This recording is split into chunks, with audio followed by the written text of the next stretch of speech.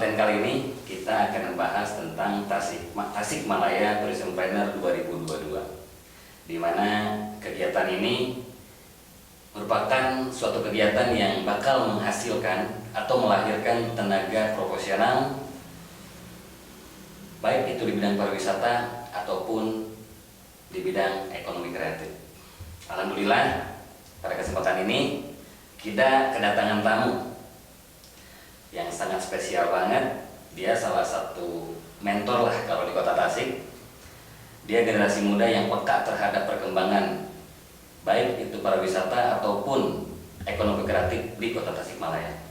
Dia juga merupakan salah satu panitia di kegiatan Tasik Tourism Planner 2022. Halo Kang, sehat kabarnya? Alhamdulillah, sehat Kang.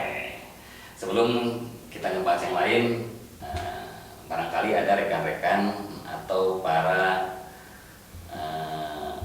masyarakat di luar Tasikmalaya yang belum mengenal Akang ini siapa sih. Terus kegiatan ini tujuannya untuk apa? Monggo Kang, silakan Akang bisa menjabarkan tentang Tasik Tourism Planner 2022 ini.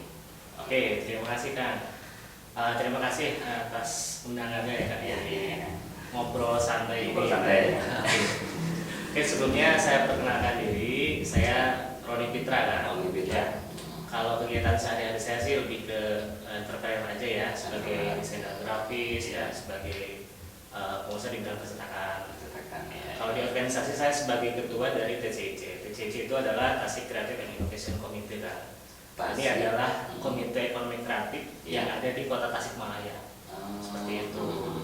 Nah, di kesempatan ini kita alhamdulillah dipercaya oleh teman-teman dari Dinas Perhubungan Kota Tasikmalaya, dan kita berkolaborasi juga dengan teman-teman dari Badan Promosi Pariwisata Daerah Kota Tasikmalaya, BPPD ya. Itu kemudian dengan teman-teman dari Mojang dan Jaka juga. Kota Tasik, betul. Nah, di tahun ini kita menyelenggarakan satu kegiatan yang alhamdulillah kalau kami pikir ini di Indonesia, bukan di Tasikmalaya aja. Ini baru. Prototype ya berarti ya? Betul. Okay. Jadi namanya adalah Tasik Tourism Planner. Nah, ini adalah kegiatan pelatihan gitu ya, yang akan melahirkan wirausahawan baru, gitu kan, di bidang pariwisata dan ekonomi kreatif. Nah, yang mendasari kita untuk melaksanakan kegiatan ini adalah yang pertama, sektor pariwisata dan ekonomi kreatif ini adalah salah satu sektor yang memang kita tahu terpukul sekali dengan dampak ini ya. Kemarin dampak dengan adanya COVID ya. Gitu. Dan alhamdulillah kondisi saat ini sudah membaik. Ini adalah momentum untuk kita sama-sama bangkit ya di industri pariwisata, di industri ekonomi kreatif gitu ya. Nah, dan di kegiatan ini kita sama-sama istilahnya berkomitmen gitu ya untuk bisa mewadahi atau memfasilitasi juga teman-teman yang punya ide, punya gagasan kaitannya dengan event, kaitannya dengan wisata dan ekonomi kreatif. Nah, di kesempatan ini kita ingin melahirkan teman-teman wirausahawan muda di sektor itu yang mudah-mudahan nanti ke depan juga bisa istilahnya memperluas dampak ini, karena yang namanya wirausahawan itu kan tidak hanya untuk memikirkan diri sendiri ya, nanti ada karyawan, ada tim dan sebagainya. Harapan kita ke depan industri pariwisata dan ekonomi kreatif ini membaik di tangan teman-teman peserta nanti, ini menjadi lebih baik lah istilahnya seperti itu ekonomi kita.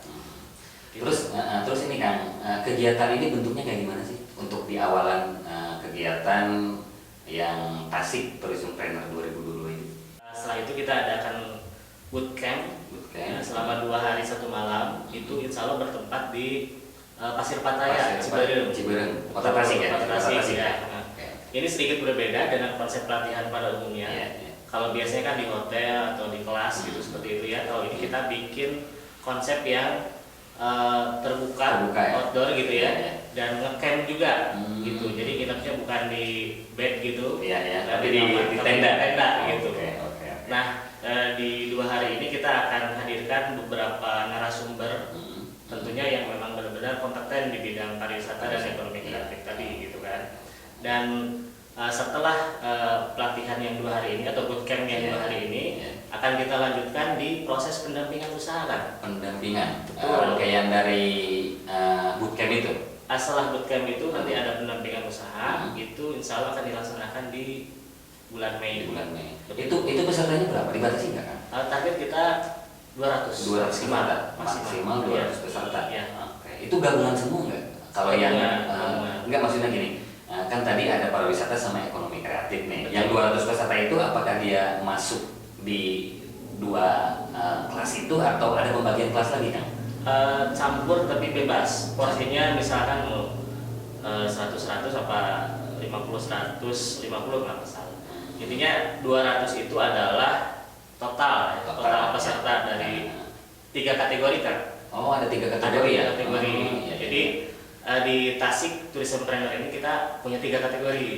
Jadi yang pertama itu ada kategori kawan event. Kawan event. Nah, harapannya nanti di kawan event ini akan lahir event-event kreator kan. Jadi dari event-event kreator ini kan akan lahir juga ide-ide kreatif gitu kan terkait event yang nantinya akan menjadi event Tasikmalaya Kota. Kemudian diharapkan event-event yang diselenggarakannya itu bukan event-event kelas lokal tapi kelasnya kelas nasional minimal seperti itu.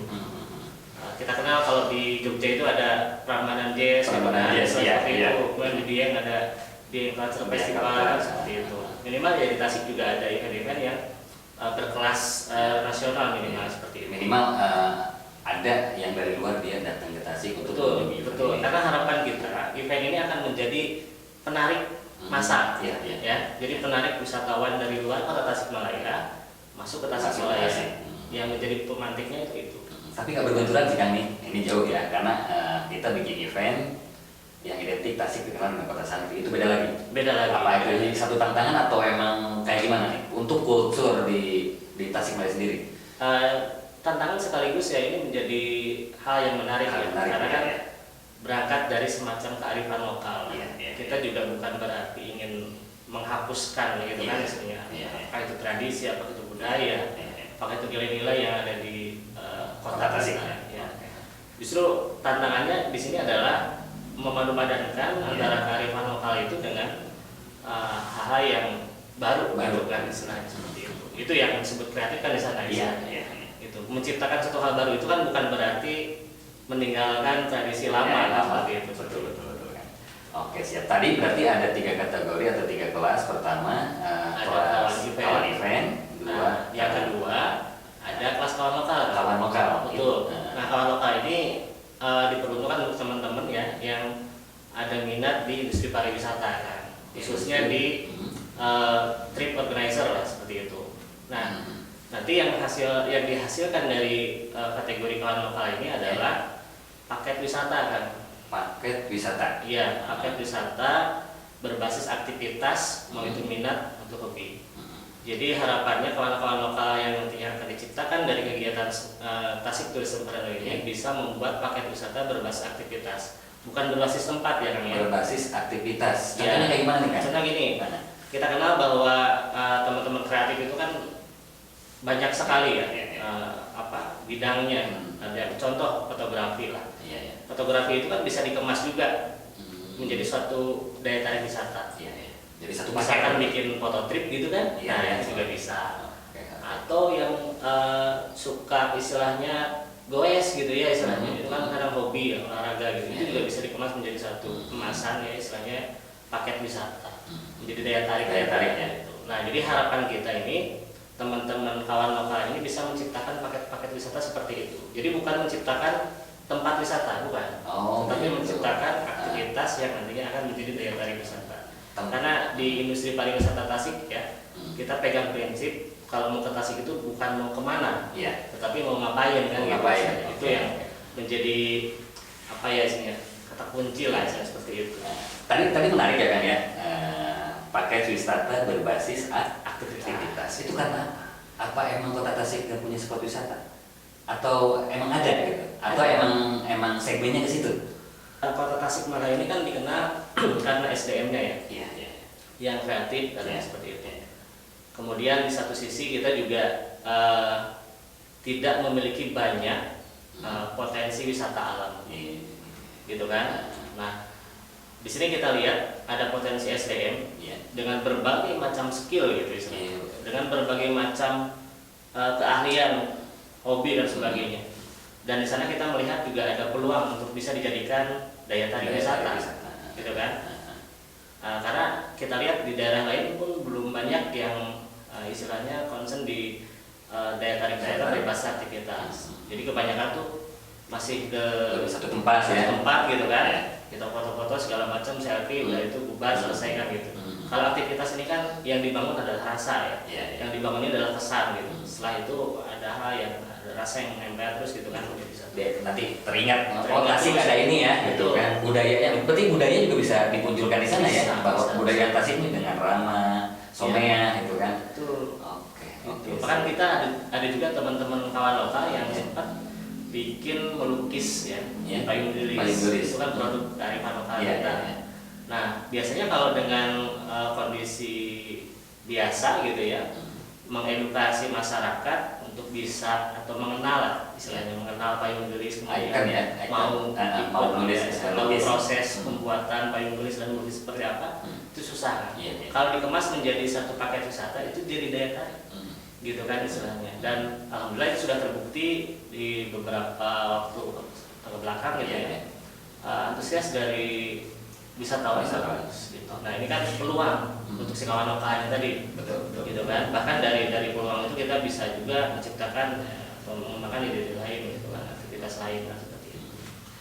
Ya, terus yang terakhir tadi ada 3 kan ya. Betul. Yang terakhir itu apa kan? Nah, yang ketiga di sini kita ada kawan ekraf. Nah, ekraf ini adalah ekonomi kreatif. Nah, di ekonomi kreatif ini kita ada 17 subsektor kan. Banyak sekali ya. Ada kulinernya, ada kriya, ada fashion, ada seni rupa, ada musik gitu kan, istilahnya banyak lah. Gitu. Nah, di sini kita ingin memfasilitasi teman-teman yang ada di bidang ekonomi kreatif tadi yang punya ide atau punya produk gitu kan misalnya, ayo bisa gabung di kegiatan Tasik Tourism Planner ini sehingga idenya itu bisa direalisasikan gitu kan istilahnya. Atau yang sudah punya produk bingung harus diapain gitu kan. Setelah kegiatan ini minimal mereka terbayang untuk menjadi seorang pengusaha di bidang ekonomi kreatif gitu istilahnya. Karena target kita ini bukan menciptakan orang yang ahli membuat produk sih sebenarnya, gitu kan. Biarkan produk itu menjadi ranahnya teman-teman di kawan ekraf nanti. Nah, tugas kita di sini adalah bagaimana memberikan wawasan, pengetahuan dan ilmu nanti ke depannya di bidang kewirausahaan. Entrepreneur ya. Betul sekali. Terus nambah ya, tadi saya baca juga ini Tasik tourismplanner.com itu ada keterangan, harus ada keterangan dari kecamatan. Itu untuk peserta atau apa? Tujuannya kayak gimana itu? Itu salah satu persyaratan ya Kang ya. Jadi gini, sebenarnya bukan keterangan dari kecamatan ya. Nah, ini kan kaitannya dengan syarat dan ketentuan. Jadi salah satu syarat yang ada di ketentuan tersebut adalah peserta ini harus warga Kota Tasikmalaya. Yang dibuktikan dengan KTP Kota Tasikmalaya, atau surat domisili Kota Tasikmalaya, dan itu biasa dikeluarkan oleh kelurahan. Jadi untuk teman-teman warga Tasikmalaya yang contoh lah mahasiswa itu kan ngekos di sini gitu ya, ataupun ada karyawan yang ngekos juga tinggal di sini tapi dia tidak punya KTP Kota Tasik, itu pasti bisa ikut gitu. Dikira biar kecamatan tahu bahwa si anak ini atau enggak si peserta ini minimal kalau dia sudah mengikuti kegiatan ini dia jadi duta wisatanya di kecamatan itu. Tak kira ke situ maksudnya. Bisa jadi gitu juga kan? Iya gitu. Kalau di pendaftaran sih oke, kita ada form gitu ya. Dari kecamatan mana gitu. Nah, itu supaya kita tahu nih potensi di wisata di kecamatannya masing-masing. Nah, itu kan ada kategori ya Kang ya. Bisa jadi tiap kecamatan itu punya potensi yang berbeda. Di Kota Tasik kan ada 10 kecamatan dan saya yakin di 10 kecamatan itu potensinya beda-beda, dan Tasik sebenarnya kaya gitu istilahnya, kaya akan ide, kaya akan kreativitas tadi gitu. Sebelum lanjut, ngomong-ngomong ini bayarnya berapa sih untuk kegiatan ini? Nah, ini nih yang harus teman-teman ketahui ya. Jadi kegiatan ini gratis. Oh, gratis ya? Tidak dipungut biaya apapun. Oke, Gitu. berarti kalau misalnya anak-anak generasi muda Tasik khususnya ya tidak ikutan, sayang banget ya. Sayang banget. Karena ini kesempatan yang bisa dibilang langka. Ini baru pertama kali ada tourismpreneur ya. Iya. Dan memang kita fokus ke pengembangan wirausaha, bukan hanya ke produknya saja. Jadi ini teman-teman muda nih ya, anak-anak muda Kota Tasik yang ya dikenal kreativitasnya itu ya istilahnya wajib ikut lah. Ini sayang sekali kalau ini hanya sekedar jadi angan-angan saja gitu ya. Minimal di sini kita fasilitasi teman-teman untuk bisa menjadi seorang wirausahawan di industri kreatif, di industri pariwisata seperti itu. Oke, tidak lupa juga ya, dan jangan lupa buat generasi muda, pendaftaran ditutup tanggal 23 Maret. Jadi kalau yang kurang informasi bisa dilihat di sini ya, di websitenya tasikTourismPlanner.com. Oke, dan semoga kegiatan ini lancar, sukses, amin, dan berkelanjutan kan? Siap. Gitu ya? Ya. Oke. Assalamualaikum kan? Yuk, Waalaikumsalam.